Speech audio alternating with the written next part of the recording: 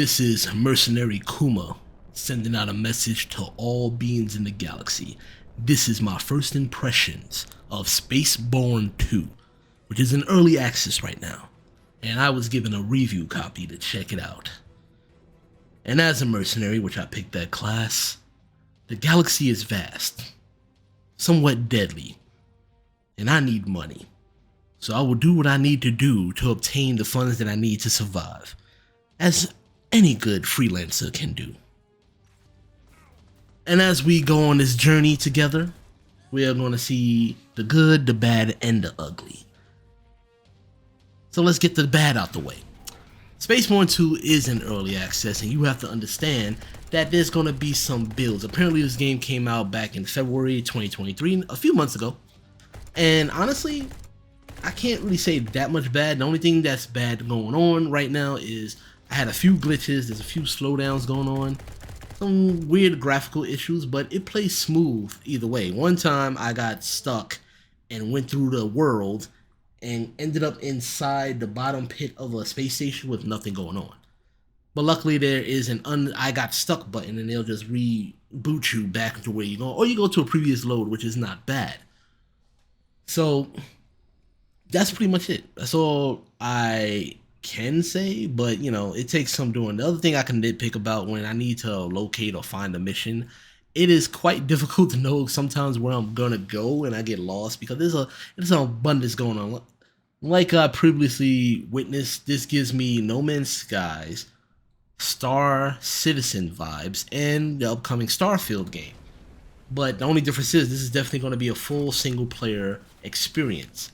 So this is what I always wanted when it came to space exploration. Like most people like Skyrim, I was more into Mass Effect because I'm a futurist. And as you play through Spaceborne 2, you have a full abundance of things that you can do. Right now I have a galactic sword, which is pretty cool. I didn't realize I had that until I saw my inventory. And I'm using keyboard and mouse, which is a new thing for me because it is gamepad compatible, but with all the things and functions that you need to do, it's better to use a keyboard and mouse. I'll admit it. I will admit it. Especially when it comes to the space combat, which was everything I hoped and dreamed of. It works so well, and it gives me that Battlestar Galactica, that Wing Commander feeling, or you know, even Star Wars, where you just fly around, maneuver. You can either go in the first person or third person. You have different weapon abilities where you have a laser beam to take out their shields first, and then you go into your Gatling guns. I have to find out how to re-up my missiles because I only had 3 missiles and I used them up on a very hard boss fight, which was pretty cool in this other area. Warp driving and using stargates is phenomenal. I love it. You don't have to really worry about fuel too much. You just have to worry about, like, you know, re-engaging missiles. You can do repairs on your ship to make it stronger. So far I have a better, you know, space suit or armor suit to help me out in battles and combat. Some of the weapons I have questions on and trying to figure out how to use it. But you have your standard rifle, pistol. There's a charge beam sniper rifle, but I don't see how to use the scope option because it has a scope on it, and I figured that it will have a good scope to utilize for long range combat. Even finding enemies is not that bad. They're pretty smart and intuitive, especially in space combat, where they either try to run away, warp away, or try to get you in a pit maneuver where I have to do a lot of dodging and spinning in my ship half the time. Ground combat was pretty smooth and easy, and even the missions are pretty intuitive where you have choice systems in the dialogue. Not too, you know, deep, but again, early access. And when I asked one of the characters, the NPCs, a question about my past, because apparently I'm trying to avenge my father and take over this whole situation, but they didn't have a cutscene ready for that, so I couldn't see the awesome cinematics for that. So that was kind of weird. It just said cinematic, and I was just like, okay, that's kind of weird. But all in all, for first impression's sake, I'm not gonna dive too much into it. It plays really well for space exploration. Like I said, going through the star map, finding the stargates, you have to communicate with the Stargate people first before you even jump into another area, which is pretty cool. Gives you that nice interaction and everything like that. Finding space stations to equip new weapons, buy new weapons. Now, there's guilds that you can join. I joined the freelancer guilds for my first time going out, and I saw you know, where to buy other weaponries for my ship and for myself, especially selling my stuff, which I got a pretty good chunk of money from it. So in-game money is pretty dope. There's no microtransactions that I can see so far. I mean, it's a single player adventure. Why would they do that?